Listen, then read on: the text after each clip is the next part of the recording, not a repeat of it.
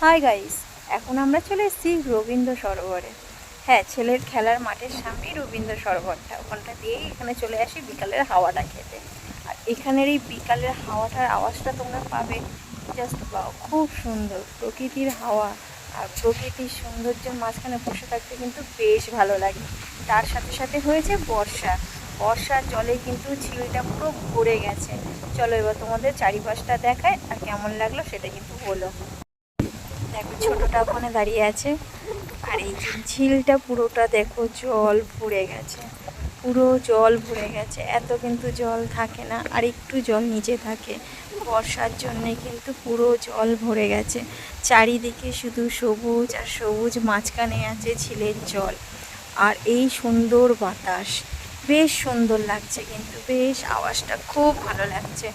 যখনই মন খারাপ হবে, কি হচ্ছে, একা থাকতে ইচ্ছা করবে, এরকম জায়গায় এসে কিছুক্ষণের জন্য বসে থাকলে কিন্তু মনটা পুরো হালকা হয়ে যাবে।